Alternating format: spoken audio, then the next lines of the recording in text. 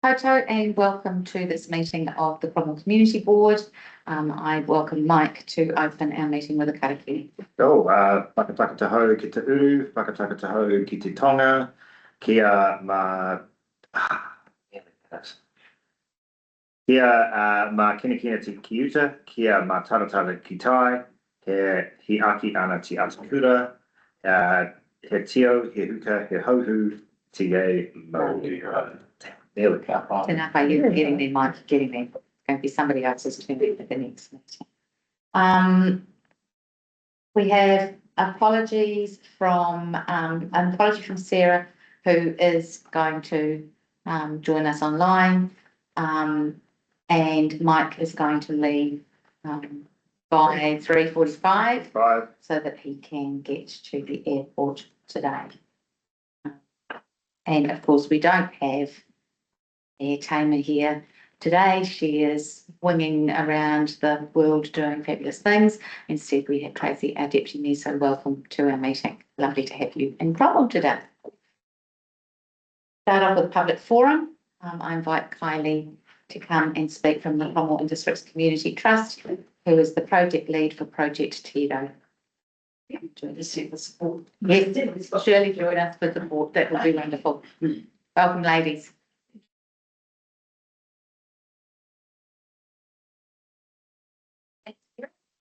So kia ora, my name is Kylie Murdoch and I'm here on behalf of the Cromwell District Community Trust as an advocate for Project Tito. Thank you. We've got an opportunity in our community around a site on Molyneux Ave, the old Quantec. So I'm going to go over that today really fast. The opportunity. So Cromwell is one of the fastest growing towns in New Zealand, and we see this growth across housing, employment, schooling, workforce and workforce demand. However, our community infrastructure has not kept pace. We need more community service space, youth and early childhood facilities, flexible venues and accommodation with revenue. And the Molyneux site presents a one-in-a-generation opportunity to respond to these. The site, the Polytech town site on Molyneux Ave, which was formerly the Cromwell Area School, has been long been a place of learning and gathering. On-site facilities include classroom blocks and offices, accommodation units, industrial kitchen, restaurant and bar, flexible meeting spaces, beerland, community garden. It's centrally located within walking distance of the Heritage Precinct and the new events complex, making it highly accessible and strategically positioned. And it's expected to be divested this year. Why? We are lacking in community space. Existing venues, church halls, youth facilities are often heavily booked. Organisations are constrained in the ability to grow and respond to the demand. Groups like Central Otago REAP and the Cromwell Toy Library, which are both based on site currently, are vulnerable to being having to look for other space, which really isn't me. There's also a demand for a play centre, expanded use space, and more flexible facilities for social services. And so with that too, without the plan, we risk losing accessible community infrastructure within our town boundaries. The long-term strategy in the economic sense, the site complements and enhances the new events complex. It can support multi-day conferences with accommodation on site, provides breakout and workshop spaces, broadens events formats can attract, increases overall earning potential, and offers an alternate space for grassroots community services and events. Recent local commentary has also highlighted the need for expanded conference accommodation, and this site would directly address some of that gap. Revenue. So we're thinking the lease and rental income for community organisations, accommodation revenue, expanded hospitality and events. There's a potential for Molyneux expansion, which they have let us know that they'd like to do, and potential for housing development or additional accommodation on the Glass Street block. and the diversified income streams loss. The heritage value, it is a place of education and gathering for many generations, and it's part of the Cromwell story. As the former Cromwell area school and now the Otago Polytech, it holds strong heritage value and community attachment. It links naturally to the Heritage Precinct and Heritage Walk, and preserving this site protects our past while enabling future growth. And our pathway forward, so to progress Project T-RA, we urgently need to conduct a feasibility study, put together a steering group with key stakeholders, including the Community Board and Council, engage now with the Tahu Council and funding partners, and explore how the governance and ownership models might look like. Cromwell and District Community Trust is acting as the advocacy group for this project, and we're there to ensure this project is well considered at council level for the benefit and the needs of the Cromwell community. Why we think this matters? Just as a summary, we think it's a once-in-a-generation opportunity to retain a significant community asset within the town boundaries, preserves heritage while responding to rapid population growth, addresses Cromwell's shortage of community and social services space, creates a synergy with the new events complex, offers income potential through diverse revenue streams, and protects services currently based on site. So it delivers on the Cromwell community plan priorities by protecting heritage, expanding community facilities, and ensuring inclusive space that supports connection and well-being. Thank you. Yeah. Questions, people? The Otago first brought up confusion.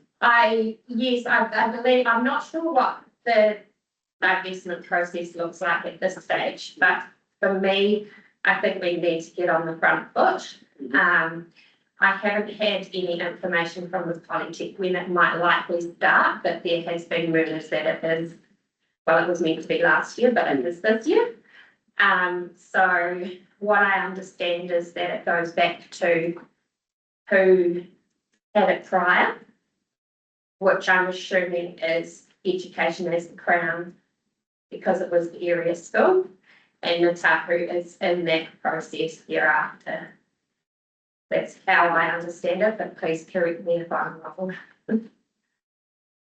Because that's probably one of the things that in your feasibility study that would be high on the agenda, to find out what is the process and what chance is there of it becoming available. Yeah. Because you've already put a lot of effort, I know, Kylie, into thinking about how this could be a community hub, and that first hurdle of is that possible because of the way that the land and the building's going to be divested is probably the biggest question that we need answered, isn't it? Absolutely. Yeah. I think probably as a community group and a trust, we've gone about as far as we can go.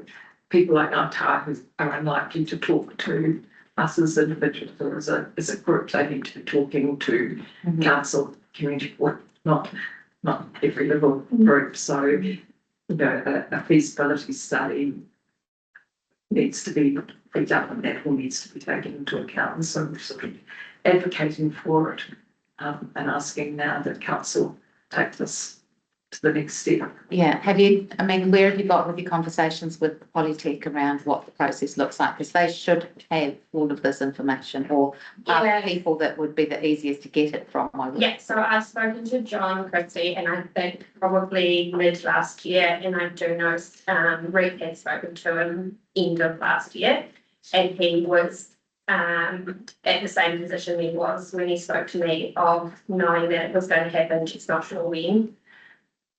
Okay, it hasn't given you any information about what that process might look like? No. So yeah, that's the real sticking point for me. Yeah. Yeah. And again, like I say, I'd like to, because it's going to come up quite quickly, I assume, to actually be on the front foot when it does happen would be the best option for the community, so we don't lose that ability to actually know what is there and what we can do with it. Okay. My next questions would come out of the feasibility study, like what would the ownership and management structure look like and stuff, but that would be feasibility plan. That would be in the feasibility. Yeah. That's what needs to be done. Yeah. And circle up later. So let me just try and clarify in my own head what's going on in here. Are you looking for community board to drive a feasibility study, or are you looking for us to have a paper come to us that's looking for funding that will drive a feasibility study? I don't know, so as it gets done. I'm not one person and I can Yeah. I can't take this to the next level on my own. I'm fully there to be a community voice and a support person if I have the support to continue that. When you're thinking about the purchase of the block of land and the buildings that are on it, I know that feasibility study might answer some of these questions, but how are you looking at how that would work? Are you looking for public money from this board in terms of rates funded money, or are you looking for support to go to grant funders or other organisations who might be able to support the funding? Absolutely, I think you've answered that question already, Anna, that the feasibility study will show what that might look like, and we can show that in two different streams, whether it is council community owned or whether it goes to a trust and we get funding to purchase that separate from that ability. But I think, again, the feasibility study would look into that and look at the governance and management process and what it might look like. Have you spoken to CLT about this at all yet? I haven't directly spoken to them. I haven't interviewed them, and they are aware, and yeah. They generally don't fund feasibility studies, so I think maybe just politely asking them to buy it would be cutting to the chase. Absolutely. Yeah. So I guess this is a heads up for long-term planning, for, just so that it doesn't get into your investment strategy, so that these things are considered and don't come in at the last minute.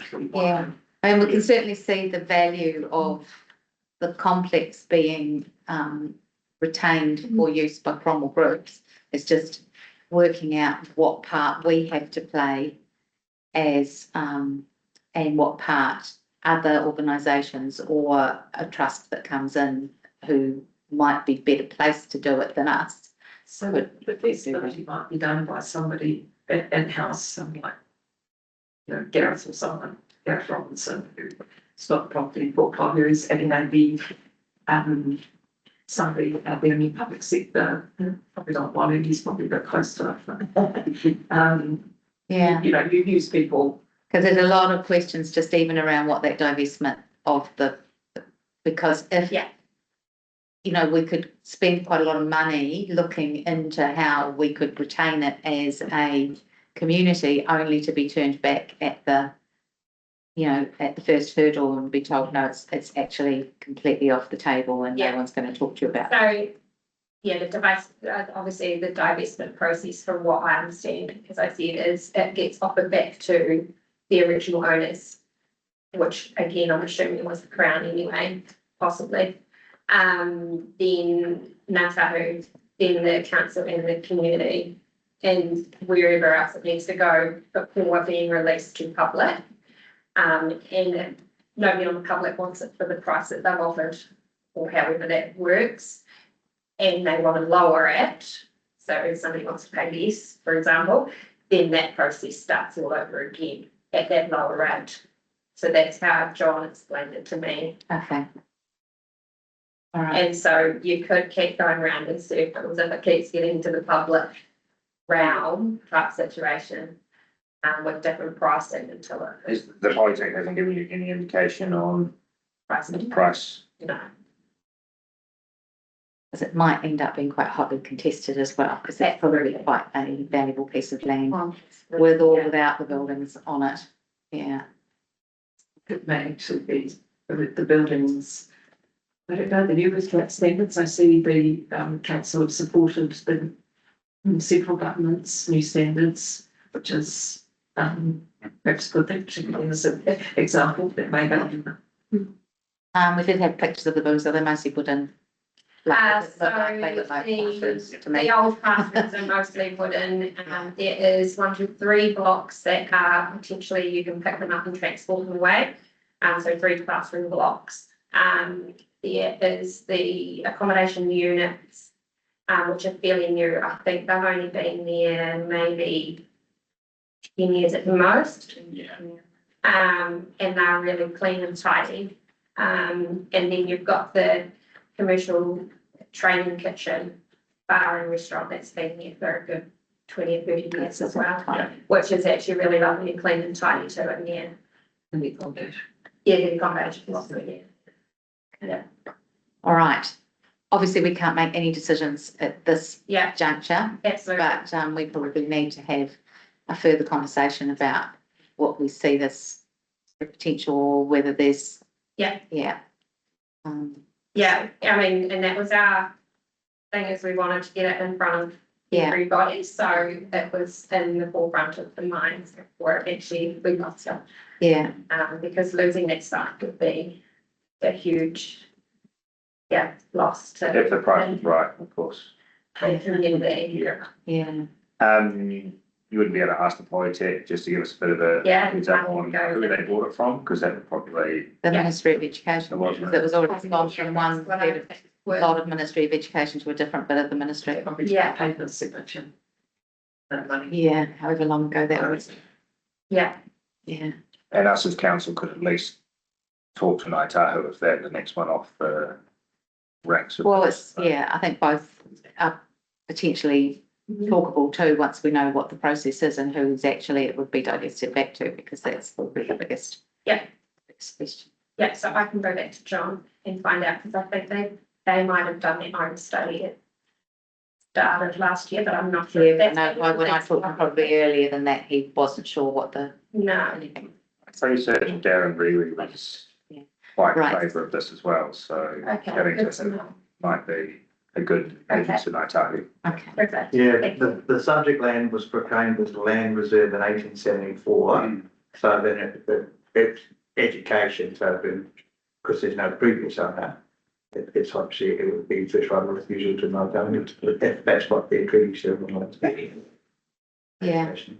Which case maybe finding partnership opportunity Okay. might be interesting way to look at it. Mm. Okay. All right, thank you, lots to think about. Yeah. Yeah. Appreciate your time. Great work. We will keep on, we can ask questions through, David's gonna have to talk to John as well. Thank you, that would be great. See if we can find out about what that looks like. Maybe they'll just give it to us for a notional dollar. Wouldn't that be nice? That's probably unlikely. Gary Kirk, to talk about the, mall. Welcome, Gary.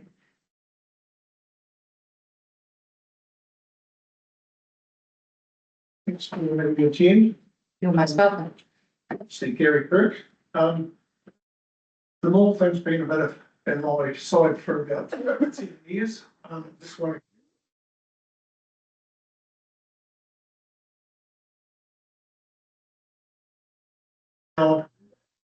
Wanted to tell you guys what I thought. Like Kerr, I when I was doing commercial real estate, I ended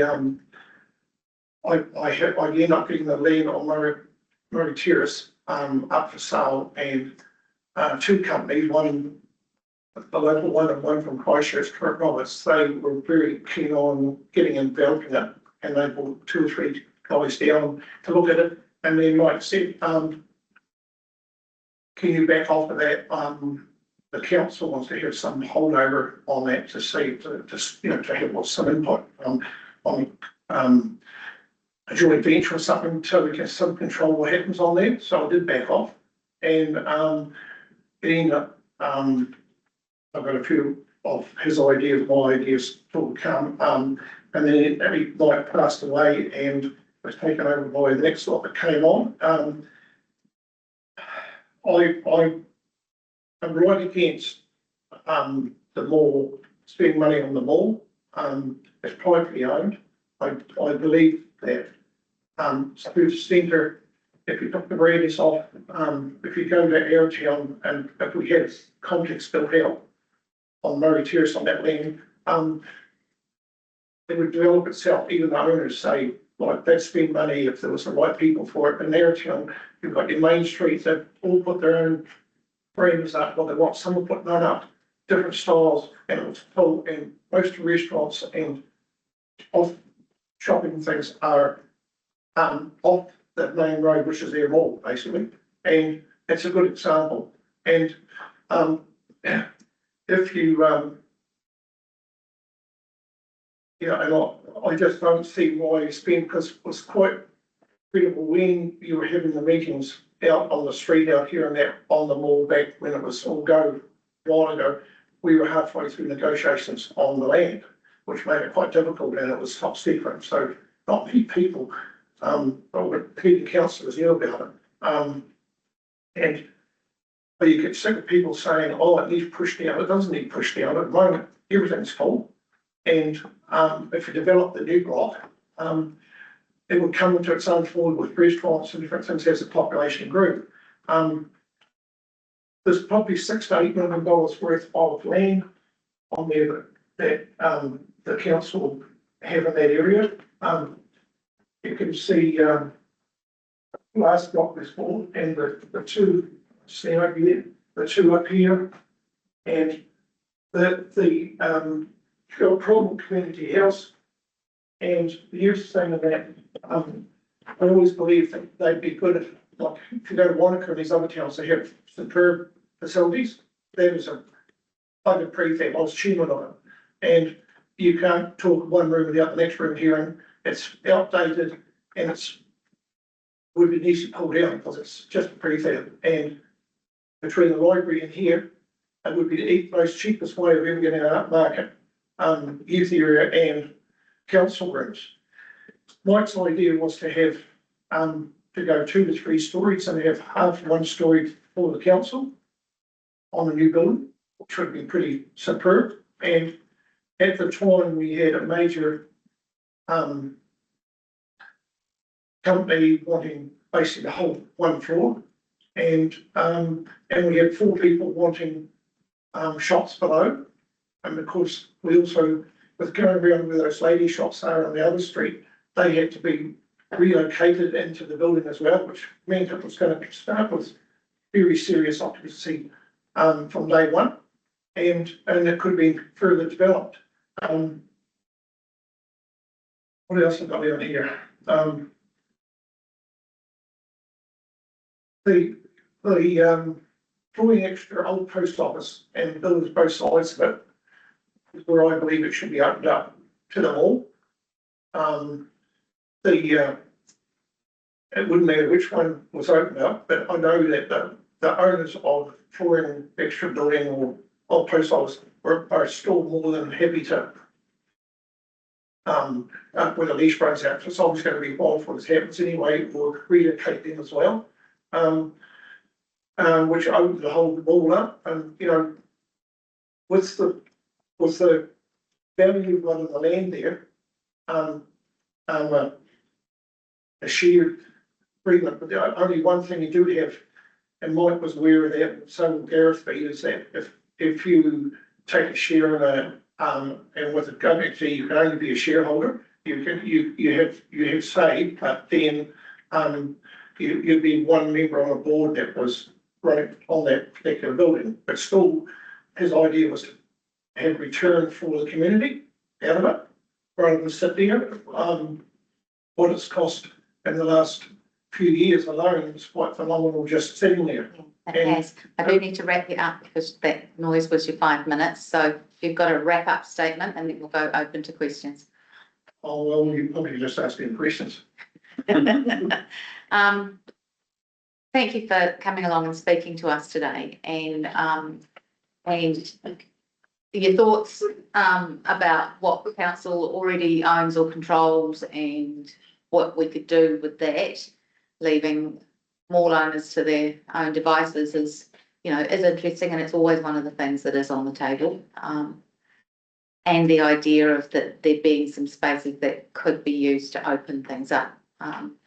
And I think that we've all seen plans that look at both of those options around the table. So we know it's going to come back at us in terms of starting to make decisions about what we're actually going to do so that we can get some momentum into the long-term planning process. But I think that one of the things that our community doesn't want us to do is to do a whole lot more consulting or working with designers, that we need to pull together what we've already got and make decisions based on all the different things we've seen over many, many years.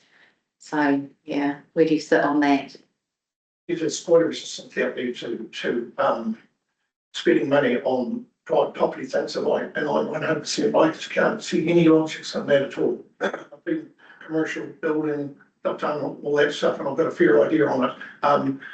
Like one of the companies that were interested in it, they've done Hornby Mall, railway station, Hornby, 3 hotels and 2 more, and also done design work for Alan Dippy. I mean, we don't have to go to Australia or Auckland to get someone to design this work.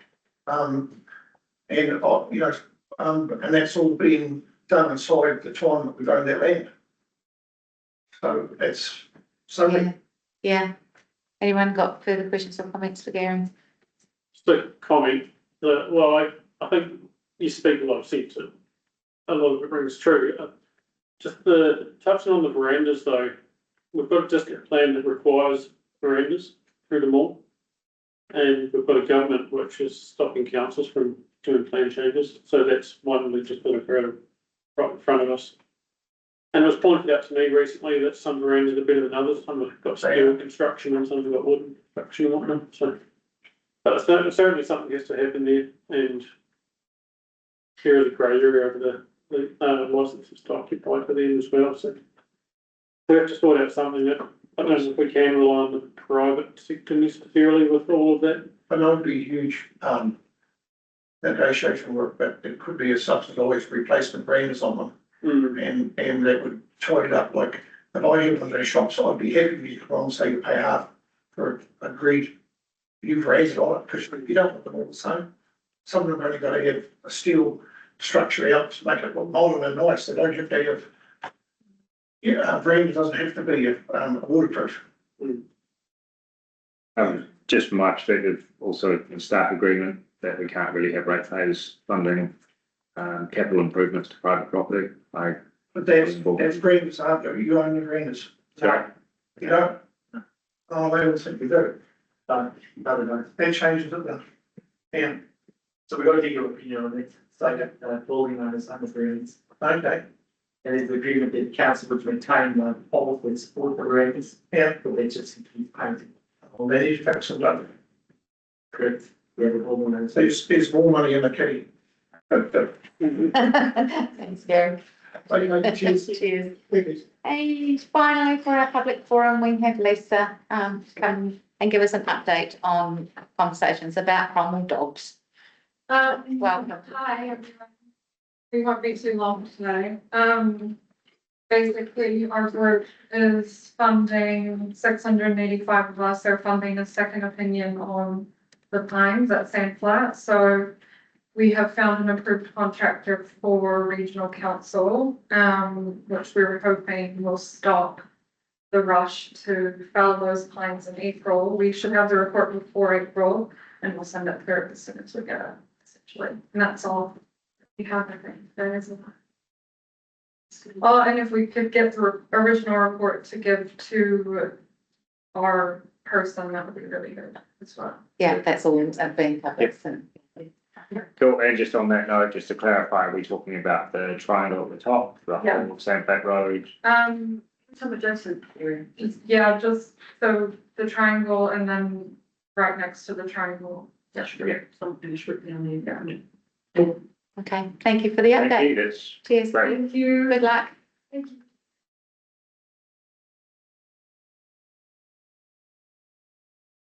Righty-ho, that takes us to page 7 and the confirmation of the minutes of our meeting. Every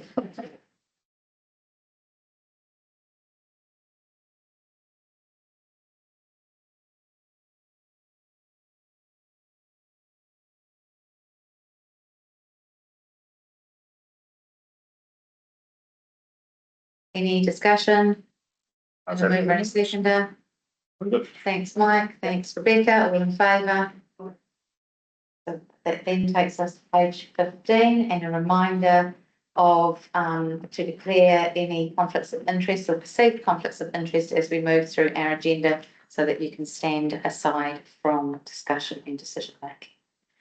And then to page 19 to the Cromwell Racecourse Reserve event, and Gordon, welcome. As the board's aware, there's been discussions going on for a while now about holding a Wheels Club event at the Racecourse Reserve. The Central Lakes Equestrian Club support the proposal, and as part of the lease requirements, the council needs to approve improvements on the reserve, and this is an improvement, so like that, or an improvement, but it would be sort of construction improvement. So we're seeking the board's recommendation to advise council that to support the project and the preferred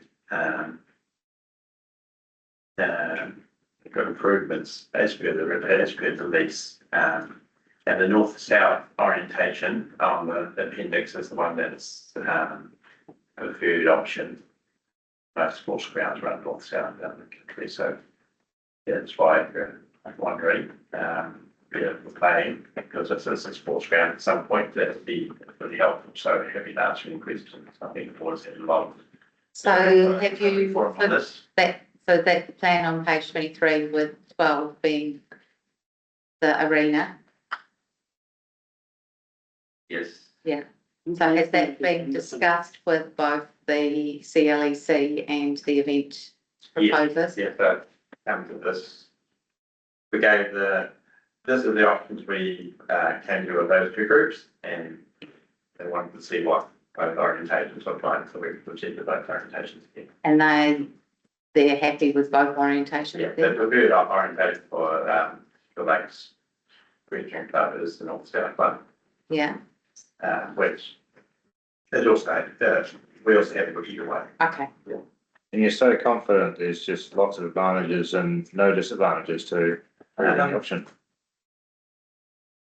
Well, I think there's a lot of advantages economically and for the community. There's so I guess the small disadvantages of doing this for racecourse, like reduction of one sports field, slight reorientation of the fields as were proposed to the management plan. But that's we aren't that far down the track that we can't design going forward to make that all work better. It's probably the best time we could have this come to us so we can go forward for sports field and stuff, which we'll need there at some point, and there'll be a discussion with the long-term plan of the dates for all that. So we'll need that, so then we can factor those and design around this function. And at the moment, I guess for 10 years, and after that, whether it keeps going here or it's fizzles out or morphs to the South Council, who knows? And But then that's we've still got the arena with the sports field in the centre of it. it's still got an arena that would do other things as well as sports. And this is going to put Cromwell on the map. It's going to be. That is Peter's thinking. That's, yeah. Whereas Monica was told that Cromwell is going to be even better. Yeah. Yeah. So yeah, it's good, and it'll be next year, that's the plan. Yeah. So It's great that those two, that Peter and the CLEC have managed to find their way to Conclusion. an agreement about how it could work on the site. So that's good. And Central Lakes have, Big Region Club have been working with training club people for the cross country. So there's some, there is some disruption for that, but that'll get put back again each year. And previous board members will have had a lot of discussion over that. That's the bit up in the top, isn't it, with the Correct, yeah. digging stuff. This area 12, how sunken is this sunken arena gonna be? Are we talking 3 vertical meters or 4, 10? So not here, it's just an embankment to see, so, Is it an embankment rather than? it'll be coming more or less looking like you have an Anderson Park, I'd imagine, but a lot lower, just with that bit of embankment around by the club roofs, sort of down to the, it might be a bit more, yeah, it's just a bit of a raised thing, it's not like in grades. Not like Harrisburg usually be, where it's. Yeah, right. So they're So not, it's not like the arena we're used to at Wheels at Wanaka, for example. Well, we need to design it properly, but, and that, if your board wants that when we get there, that would have, that can happen, but my understanding is it's not a huge, space for. And get all sorted, something, build it up, because then you'll have that back. the conversation I had out at the race course, he needs it flat and he wants to put an embankment for viewing. Yeah, I imagine it's about 3 meters. Yeah, And it's like, and is that gonna be built before Easter all going well? that's the thing. To me, it would make sense for that to be the first earth moving show in itself. No, they're well organised about exactly what earth's going to be moved and how that's going to repair the dam at the top Yeah, for the irrigation. So, because the other questions over the sports fields, like, if they're moving dirt around, they could leave the other 2 sports fields behind as a nice flat field as well. As part of the show, and we get that as a residual benefit. Yeah, the discussions we're going to have, I think, if we let this go, we can work through that, practicalities as we go. Yes, this is the key, the thing here is that there's a change to the lease that's about CLEC, so Yeah. key CSO. but yeah, I know that CLEC are definite, they're looking for the opportunities for this to improve facilities for them. Absolutely. Yeah, the council can piggyback on that, as you say, we want to do that as well. Yeah, for sure. Because the other side of that is that, we heard loud and clear last year from the equestrian users about the conflict and the interactions of different activities, right? So if the earth moving was coincided with the actual show, then that's less points of conflict throughout the year, for example. I think they've checked the calendar already in terms of the Easter slot, Yeah, it's a couple of weeks either side of Easter. that they've got to be. They'll be out of action. All right, that takes us back to the recommendation, which is actually on page 17, I think.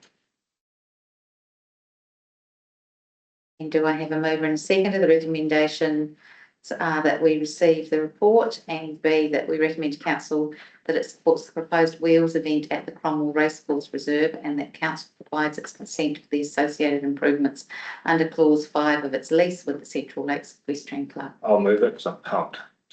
Oh, Great secret. thank you, because you're pumped and amped. Well done, Have good. you got that in the minutes? All in favour? We be prepared that there will be further things coming to us, particularly from the organisers wanting us to. It all seems a bit too harmonious at the moment too, doesn't it? I think it's great that they've actually sat together and they've got themselves working through it. It's been lots and lots of conversations, lots of romping around at the racecourse too, looking at irrigation ponds and the fall of the land. Yes, we have. Yes, we have. I've been to at least as many as you. And that takes us to our next item, which is the Cromwell Golf Club request to authorise building alterations and other improvements on reserve land. So something very similar but different.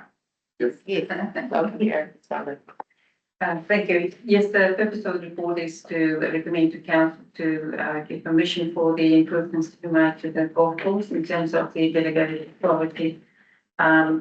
I've included in the report is the figure 1, which shows all the improvements I intend to make. Basically, enlarging the kitchen area, a new deck, and then replacing the pro shop with a new building. I request that you make that recommendation as Thank you. I mean, right, yeah.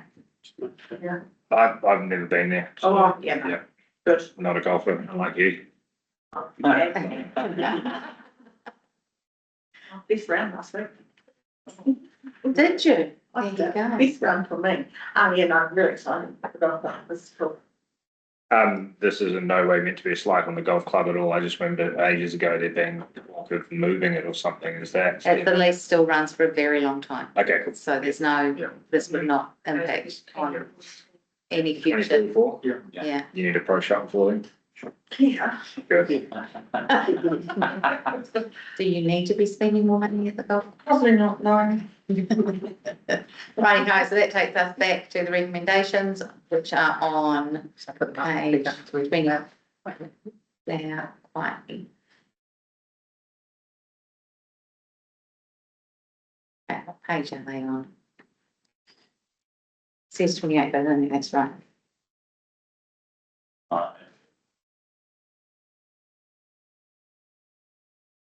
Okay, so there are our recommendations.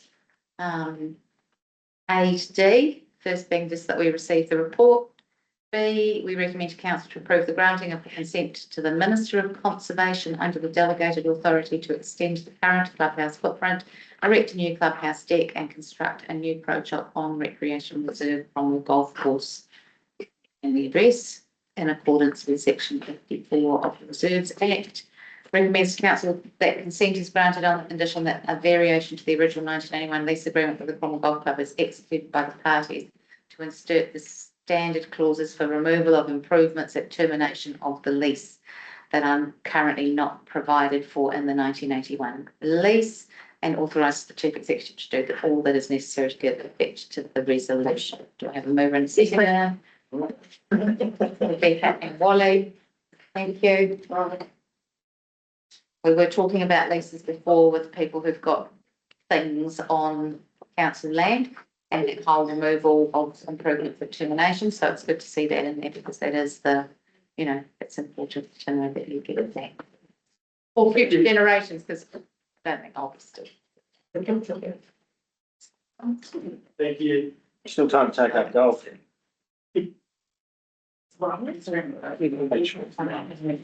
And then we have page 51, use of financial contributions for the Bannockburn Cycle Park connection. Holly, you've changed. What could you be? Today. Sorry, and just one edit in trying to be efficient, we use the council template and copied it because the council as well. And we missed recommends to council for recommendation B should be Okay. recommends to council as opposed to approves. So we'll just have to make that adjustment based on the recommendation that comes. So this is around the opening of the Kaua Gorge Trail, and there currently being a missing connection from the Bannockburn Bridge, Garton Road intersection up to the Bannockburn Hotel.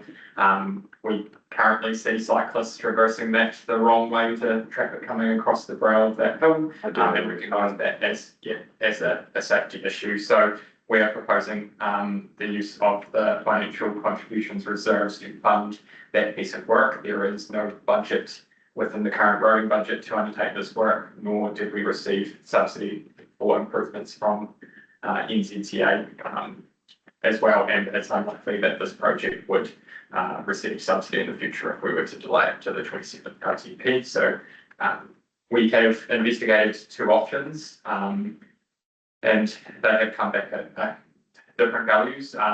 So a shoulder widening, so essentially off the side of the road and the current edge would be construct a gravel path up the side, not creating as much separation as that would be perfect, but it does offer a practical solution to get cyclists up. It's still a gravel path on the wrong side of the road, right? Yeah, but it would be similar to the path coming up the other way, or sorry, the continuation of the Bannockburn Bridge.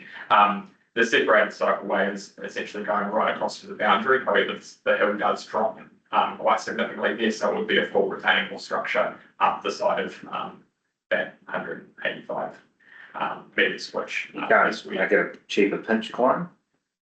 no, it actually drops away. So it's essentially doing a slight widening, spreading out off the road edge, or moving quite far away with a retaining structure, and that's essentially where the costs come from for both of those options. both getting users away from the road edge and not encouraging them to go up the seaward edge of the road. Then there is an element of land adjustment in there that has been allowed for, just with regards to the corner to get people safely around that bottom corner and a crossing point across the road further back down Belton Road to ensure that the site visibility and everything's there. And we'd look at screening or a structure to move people around that way as opposed to being able to ride straight up through as well. There's some separation. Any questions? What would you prefer as a cyclist? I think both options will keep people off the road. We'll be able to do some form of separation and there's products on the market where you can do sort of additional separation where we do have those pinch points in the hill. However, it is closer to a light lane. What I'm generally concerned about is we really underestimated how popular the Cromwell applied trip was going to be. I think we're probably going to underestimate again how popular. I just don't think people are going to drive to Cromwell anymore. They're going to ride their bikes there. It's going to be the newest thing to do when you land in Queenstown as an international or domestic visitor. And whether or not that's going to result in anything too close to the road just being, we already know what the conditions like on the Clyde Trail as it is. Having people spill out onto the road anyway, unless there's some barrier that's stopping them from doing that. They'll spill on anyway, would be my concerns about the cheaper option. So what you're talking about, there will be some sort of physical barrier to stop. So it would be significantly further away with the separated cycleway option. It would involve probably removing some of those poplars that are along there and putting it right along that boundary with retaining structure. So you'd sort of be 2 metres plus away from the road edge as opposed to get rid of some trees. As opposed to closer, but that's when there's step down bollard options or you might see sort of the real stop ones that you can have the place the bollards in. Yeah. And as a separation measure, although that doesn't probably fit from an aesthetic, it's less aesthetic point of view. So yeah. My concern team is I already ride on the wrong. I like to think myself as a responsible cyclist, and I ride the wrong side up that hill constantly. And if it's there and it's on the wrong side of the road, and then there's all of a sudden 20 cyclists on the hill, they're all going to try and weave around each other, and some are going to be slower than others, and they'll spill out onto the road again, and we would have spent $300,000, to have the same level of danger as that's my concern. I think that we need to sort of have a think about there as whether or not, whereas if we separate off the road entirely, there's less likely to be injuries or fatalities when we get what would be potentially dozens, if not hundreds of people additional a day visiting Bannockburn on bikes, would be my thoughts. What's in my mind is between Felton Road and the Bannockburn Bridge, we have an exact example we can go and look at right now on the ground of a shoulder widening with the barrier strip. So I'm not sure if we need to reinvent the wheel by a factor of 2 in price for basically the same track, just 200 metres different. Yeah, the best part, the cheapest one doesn't have any form of physical barrier priced into that, does it? There's no like fence. There would be some. Oh, there would be some? Yeah. Okay. Like the same fence that's already there on the same track, just downhill. Yeah.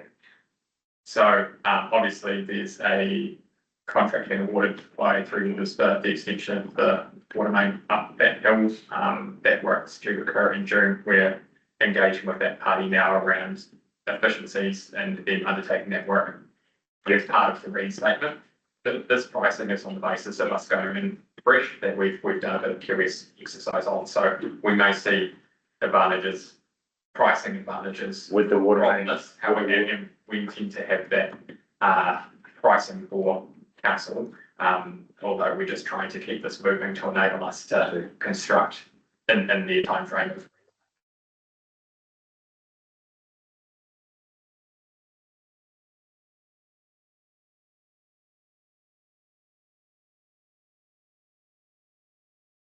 I would hope that it will be more cost effective than what we said in the report for you. However, And doing, peering into your crystal ball, what do we see the traffic like going up to Bannockburn? Because I think until that Wanaka Trail is built, Cromwell's going to be seen as a bit of a dog leg and people are probably going to stop from Bannockburn would have been my thoughts. Have you guys done any numbers on that or have any idea what's going to happen? Obviously, we'd love them to go to our new facility, but I'd like to cut coffee and maybe they will do that, but then it's actually quite a long backtrack to get back onto the trail again.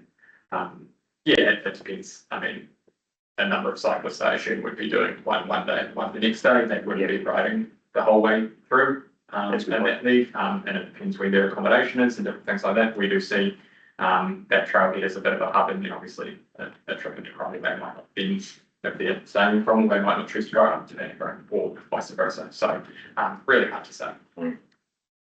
But in terms of I just add, so Answer's team did do some research on this and use some of the evidence-based off-late Hudson Trail to help predict future demand. We haven't solved this. What we know is in the first 18 months, 2 years, it will be chaos. People will go the regulated one and then it will normalize, which is exactly what we're seeing at Hudson. So you'll get people telling you that people are going everywhere in year one and they probably look. And then it'll start to get the points after a while. If so, travel operators will be doing great thing right from day one.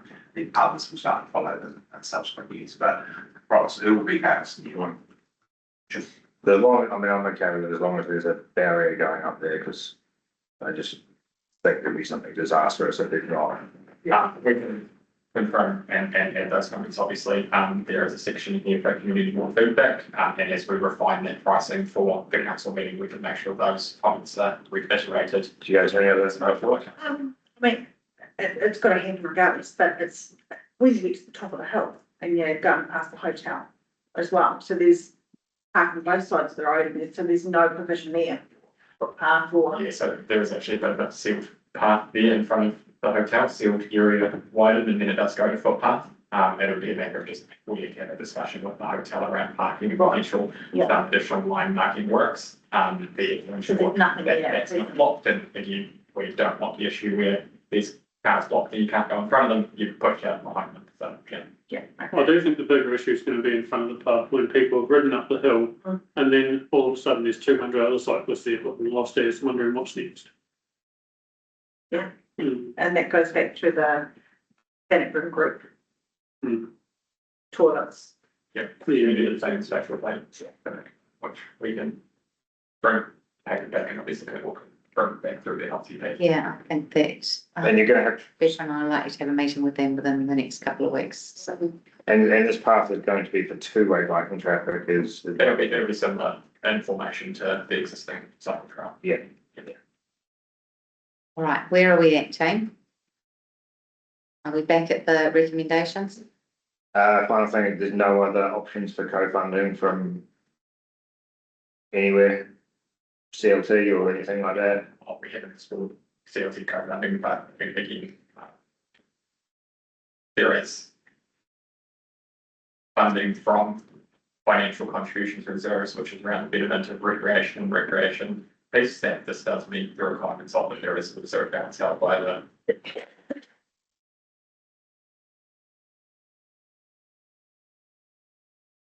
So, Well, maybe I can't see why we need to do anything different than what's already on that hill, downhill further, which is the shuttle widening look at area, which is a cheaper option. That's where I'm at. yeah, but the recommendation that we're being asked to consider, what was your C? Was there? Sorry, can you put that back up? Or what was different on, you mentioned it at the beginning of what you said, that there was something. Oh, sorry, I just see the proofs the use, this is changing to recommends to council. Okay. So there's nothing that still has to go to council. Yes, of course it does, yes. So this is asking us for funds for design and construction, okay, and we're looking, so, yeah. And that is for the option one, and are people comfortable with that after the discussions that have been held? Can we change it to make sure it includes a physical barrier? Or something to stop people peeling out onto the road? We can include that in the notes. As long as they're comfortable, I'm super happy with the cheaper option. It's just around the feedback from community boards, and we'll ensure that it's part of the scope and fine pricing for council to consider. I have noted it. It's been noted in the minutes. Okay, thank you. Right, mover and a seconder. Thank you, Rebecca. Thank you, Wally. All in favour? Aye. Super. We don't have a mayor's report, but Tracy, do you have a report for us in his absence? Really? No, Peter and I attended the, local government New Zealand, all of government, workshop last week, as well as the rural and provincial. And once again, it was really great to hear what all the other councils are doing Yeah. around. But I did give the new facility by the Lake / Braided River a good plug this morning on the radio. So, yeah, there's trying to get everyone engaged and make sure that they have their say. So Perfect. Thank you. So I gave it a plug on the radio yesterday. So that's cool. All right. Thank you very much for that. My report, I need my lovely assistant here to find it for me.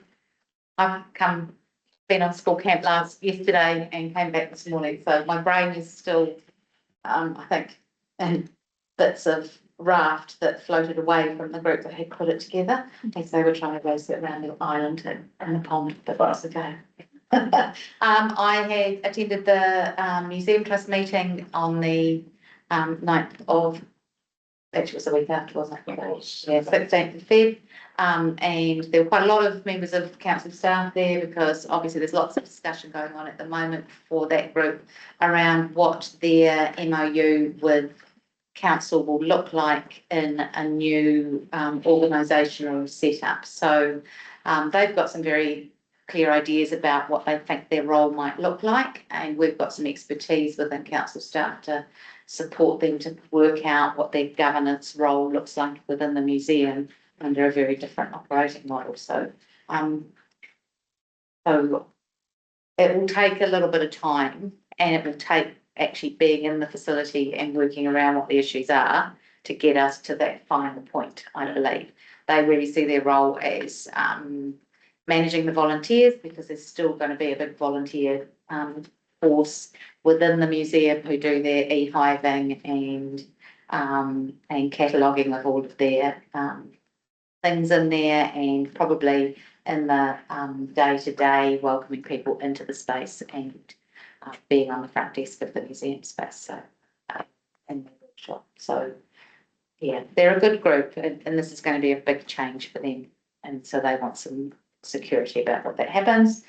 I shot a video with the team that really you've all seen. Yeah, Surely everyone's probably watched it more than once, of the flake, the facility by the lake, and that was quite a lot of fun, going and having another look around. And of course, every time you go in it, there is something new to see. So it is coming along at pace at the moment. Really exciting, and I urge everybody to make sure that you are completing a submission so that we can make decisions. And we have the form now. There's hard copy forms you can pick up from service centres, and of course you can complete it online and through the Let's Talk platform on the CODC website. Needs to have a login. How do we handle online submissions not from people outside the region? Still the same. Still Let's Talk? Yeah. Yeah. That's what we like. Had a few walks around the racecourse reserve with CLEC and Peter and others from the Wheels group, who were just working out some of the logistics about what that might look like, and just trying to get the two groups to liaise with one another and make some decisions about what it was going to be. They seem to have found their synergies in terms of a bit of give and take about what particularly the earth moving part of the show will bring back to the race course, because he needs water, and there's a water race that's running into a dam that's leaking. So his first project out there as he's setting up is going to be to line that so that it's retaining the water, which will be of benefit to the CLEC and of benefit to the event. So they're just managing to have those conversations and really come up with some good plans. Having been a new elected member, I'm just shocked that force people in big machine people are all getting along. They seem to be at the moment. The CLEC are very much saying, well, this is, ours to do. And I met with, a new, franchise holder for a gym in Cromwell who is keen to look at the possibilities of building a wellness hub in Cromwell. She wants to see if there's some opportunities with either the sports club redevelopment or with anything that council is doing that might result in building space that is available for lease, to put in not only a gym, but to try and bring other services together. So she's sent us a bit of a proposal, and she's going to come and talk at a public forum so that we can understand a little bit more about that, and to think about if there are places that there are synergies that we can work together on, or whether she needs to go off and find her own investors and her own people to do that. So we just need to work through those things. And of course, I've been to a drop-in session for the hall naming that was held at the library just prior to this meeting, along with some of my colleagues sitting around the table. And we have another one this evening at 5:30 p.m. at the Cromwell Town and Country Club. So if you're online listening into this, please get along. I move my report, please. And Wally seconds it. Yeah. All in favour. Sarah, are you still online?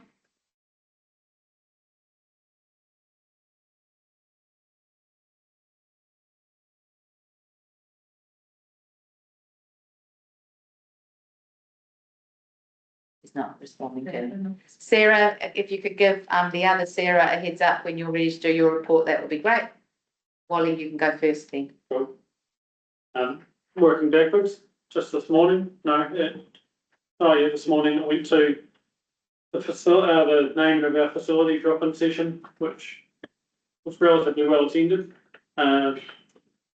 Last week, went to BA5, Business South, BA5, that was hosted by AWS Legal at Alexander Community Health. On the 7th of Feb, we attended the Wanaka, what do you call it now, Aspiring Club Athletics Day in Wanaka.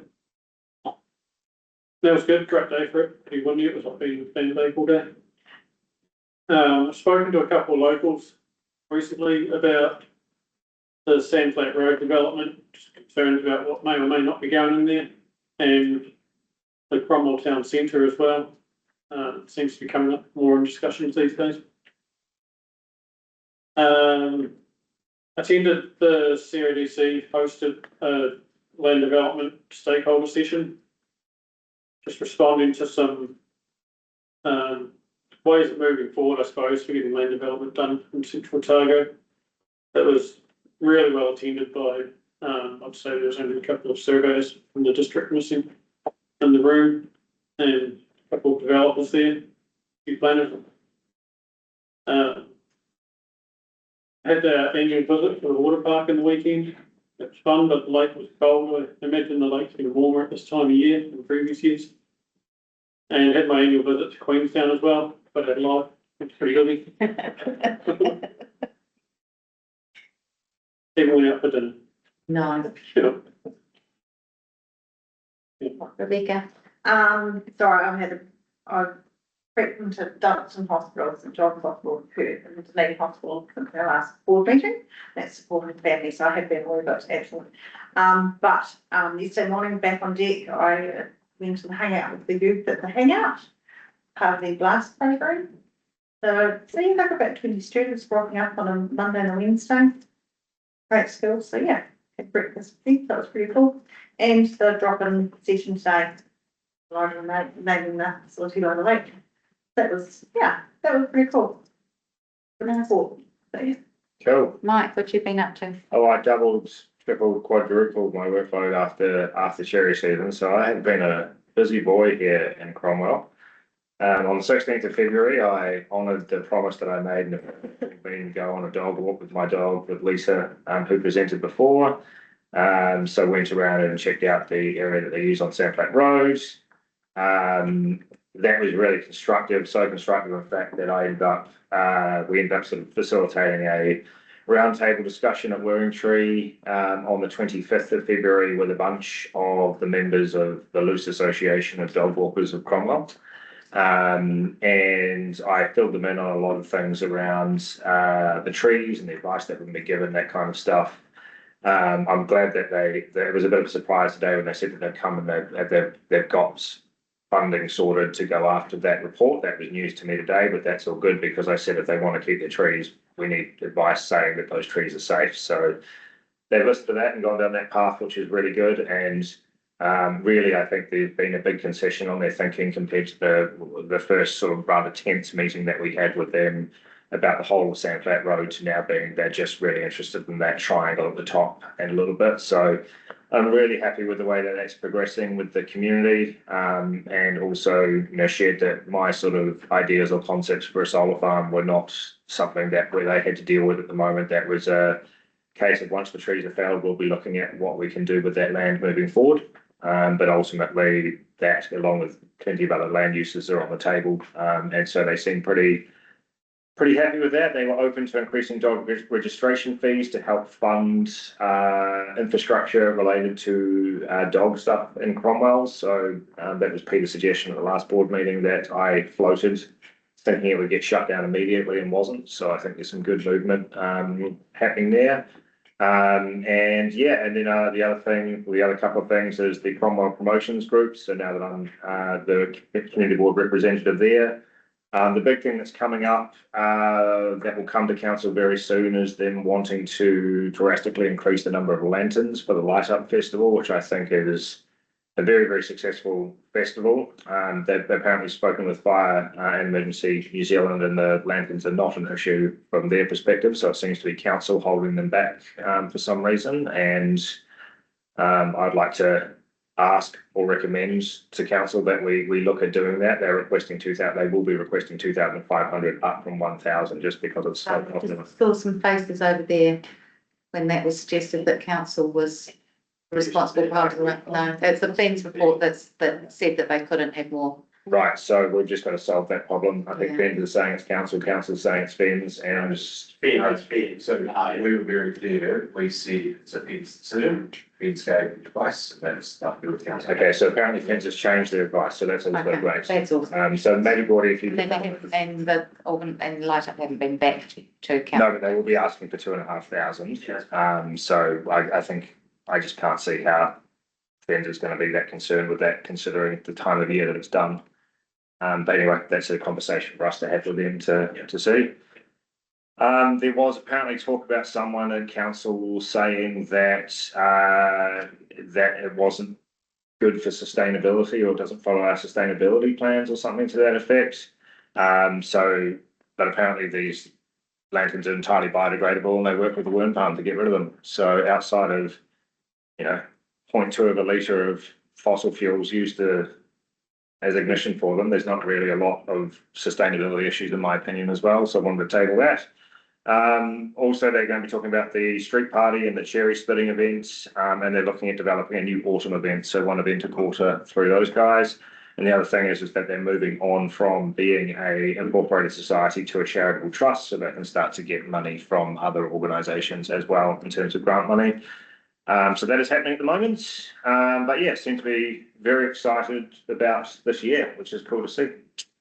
And then the Cromwell and District Community Trust, which obviously Shirley and Kylie are a part of. So I couldn't attend their last meeting because I was in Wellington dealing with liquefied natural gas terminals, but had a coffee with Shirley afterwards. So it was aware that this was coming up today. And yeah, if I put the redevelopment of that, I call it the Cromwell Primary School, but Cromwell Area School, or Rebecca, what's its official name? District High School. Cromwell District High School. Whatever it is, that's obviously on the table now, and we need to sort of help them through that. And a piece of personal good news is that I'm a finalist in the Kiwi Bank New Zealand of the Year Awards, so that's exciting. That will be found out on the 19th of March. I've been whittled down from 12 semi-finalists to 1 and 3. And I think I've got a fairly good shot, but you never know. So that's happening on the 19th. And then finally, yes, I've already mentioned this to Peter, but yeah, on the 27th, I've got my team at Rewiring the charity to go through and do some really good cost estimations and revenue estimations on potential solar farm at Sandflat Road. So we have a spreadsheet now, and really what we want to do is just share that with everyone who is wanting to be a part of that. So I'm hoping to sit there as an elected official, let my team do the work. Ultimately, I'm not going to die on a hill if we decide solar is not the best option or the best land use of that land. But what I am very keen to do is at least share with everyone what the revenue and costs could potentially be. That includes the cost of finance at council rates and all that kind of stuff. But it is looking very, very economic for council to consider that. So that's something that I want to bring there. And also just put in, some people in council were concerned about a conflict of interest for me. So Rewiring Aotearoa, that I'm the CEO of as a charity, we're not taking any money from council, and I will not be doing any contracting or anything relating to the development of this. That will go through standard procurement procedures. And that's it. So it's been a busy month or two. Yeah. Oh, we haven't been able to get a response from Sarah online, so the good old Camp Columba Wi-Fi might not be playing the game. So apologies, we won't have a report. Do I have a mover and a seconder for those members' reports, please? I'll second. Thank you. All in favour? Aye. That takes us to our governance reports. Page 60. Anything to talk about on that? And an update from you, Gordon. Push button, you got to push that. Okay. What's it here? Okay, that's it there. Thanks. So this shouldn't take too long. We're just updating the council cemetery strategy, which was last updated in 2010. As we know, the district's growing quite a bit. The next slide. Just getting there. Hang on, technologies. And it's important that provision and management of cemeteries in the district meets the demands of the community now and into the future. Cemeteries are provided by two groups of people in the district. One's the council, one is to independent cemetery trustees. They they run the parish cemetery, and so they manage the cemetery and all the burials and stuff on their own. So under the Act, they can do that. Council clearly offers the coffin, casket and ash interments, and we don't have natural burials here because the soils at this haven't got enough organic matter in them to help the decomposition process, and some of our cemeteries also don't have irrigation and water, so that doesn't help that process either. However, who knows what might happen in the future. So council's statutorily required to supply cemeteries under the Burial and Cremations of 1964, but it doesn't stipulate how we dispose of the deceased, and council has a bylaw that helps it do that. So how they are managed, when burials can take place, what sort of memorials are permitted, and establishment of other areas for denominations and things all happen under the bylaw, which at the moment is out for consultation. That bylaw was passed by council in late last year. So in this ward, there's 4 cemeteries, 3 operating. That's Cromwell, Nevis, right up the Nevis, Lisney, which is down at Netchesop Street, and that's been closed for quite some years now. And then there's the Terrace Cemetery I mentioned, which is operated by the Terrace Cemetery trustees. We're just saying in the strategy that the purpose of cemeteries is clearly for burials of ashes and interments as well, and it's a place for remembrance, connections for families, and they also hold an important part of the district's history, and they're also a place of contemplation and reflection. We all know. And what we're saying, well, what we know matters for cemeteries is people like them to be tidy open spaces, reflective spaces, shade, seating, shelter. Access is easy, it's peaceful and quiet. Information available concerning the people who are interred, and that's generally through our website search. For those, some cemeteries, or I think all cemeteries have got maps or information boards, but it's hard to keep up to date. So that's all online now. We have water available for users, and also what areas are sort of available for interments. The council's pretty strong in providing safe and easy access to our cemeteries. They're open to the public all the time. A number of cemeteries, including the Cromwell Cemetery, have development plans approved that will happen over the next few years to measure demand. Sure, demand's the right word, but yeah, meet the demand. And you can see where that's coming from. So the next slide here should show that ash interments over the last sort of 20 years. So there's a big trend towards ash interments, which is a nationwide trend as well. The nearest crematories in Alexandra, if you didn't know. It's a privately run one leased off council land. And then the burials, the next slide, is also there's increases in those as well, and that's probably reflects the population increase as well. And the interesting thing about burials, a lot of people who move into areas actually, it doesn't reflect the population growth. A lot of people go to their roots, I guess, where they come from to actually get buried. At the end of the day, they don't always get buried where they're living if they've moved into a place. But I suspect over time that trend will probably drop away. That burials are not including ash interments, right? That's actual burials. Yeah, actual burials mainly. Ashes, well, the ashes we capture, but as you know, people scatter them, keep them at home and do all sorts of things with ashes. So that's ones that get buried and have a plaque with them in our cemeteries. And the most important part of the strategy is this next slide. I guess this is telling us the capacity we've got left and that current ground we've got. So really the first three are closed. The first one is closed. And then the one that we have an additional development requirement in the next 5 years includes Cromwell. And that's in progress. And then the other one is Nevis.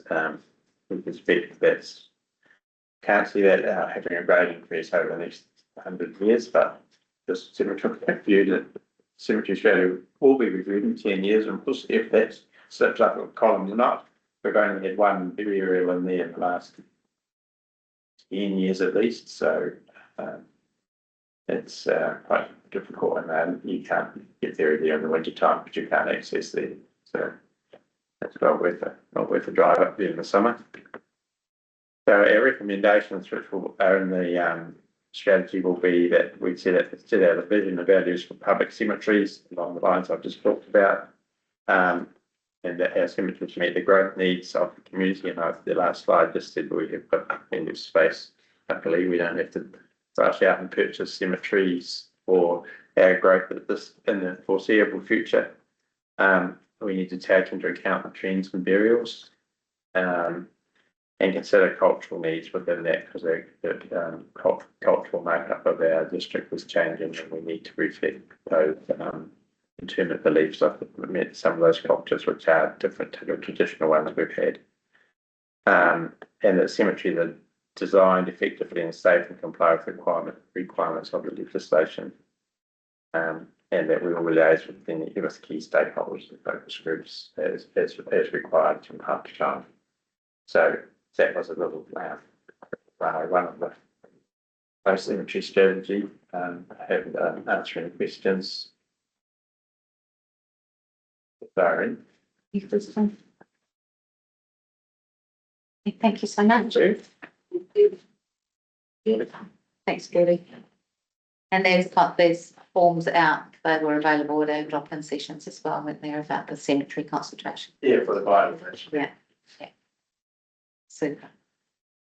And that's on the Let's Talk platform too. Yes. Thank you.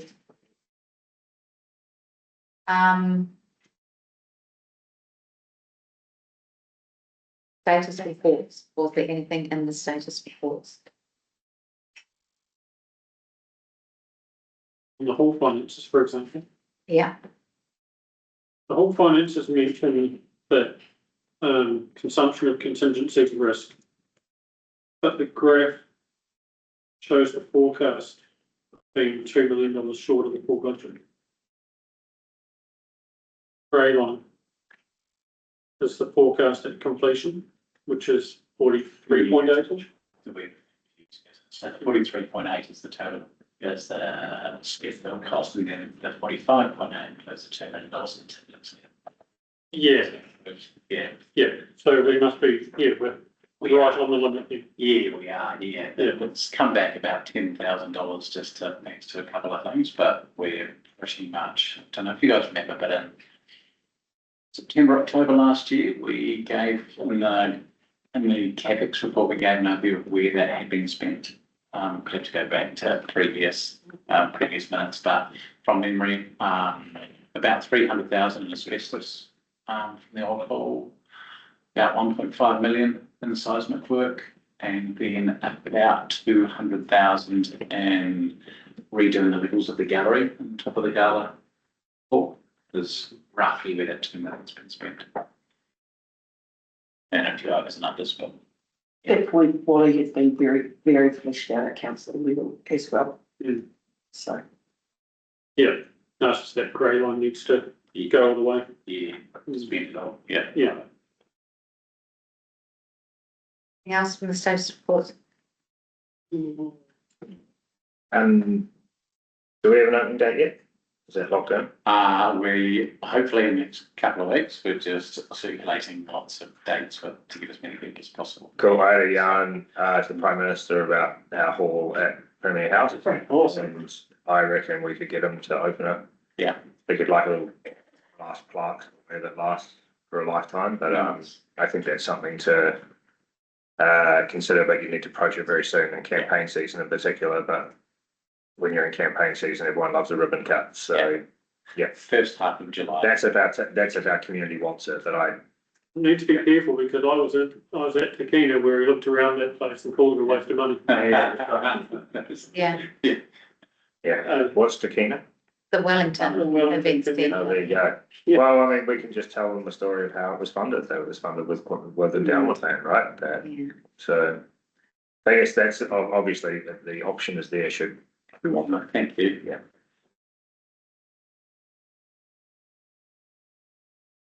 Anything else? Note on there that on the, there's an update on the Bannockburn Forestry Block harvest work there from the 11th of February about the tender on Getz. Okay.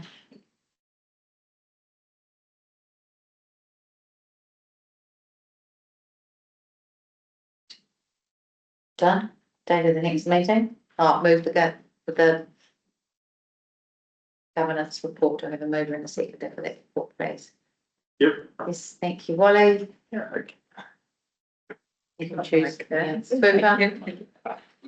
Yes, just a point that, David has just done some fact checking for us around the, light up winter event. So I just wanted to just be clear on that. So we look after the health and safety governance on our Yep. land.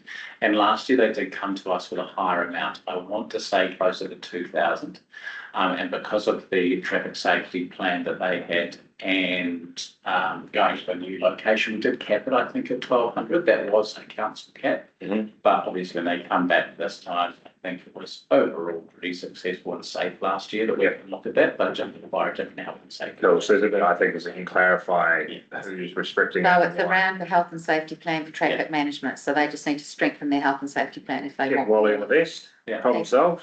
They want more lanterns. Yeah.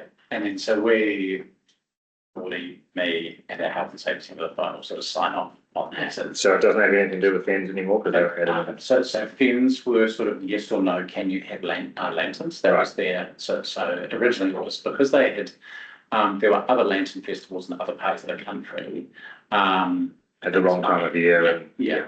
And so that was high risk. And then the local chief fire officer here deemed it to be lower risk. Yeah. And then we get the fence approval after that, provided there is a health and safety plans in place. So to increase, you obviously need to increase your health and safety requirements as well. So How can we work on that to make sure they present the right same things? as last year, contact me and the team and we work it through. Cool. Yeah. So it's not that anyone's to blame or anyone's blocking them, but their health and safety stuff's. Oh, I totally understand. It's just people are pointing fingers at each other. It was fens and then fens at the council and No then. point doing this. Yeah. Share with the government this year as well. There is, yeah. I just think it's such an awesome event that we should aim to try and foster it and grow it rather than sticking up barriers.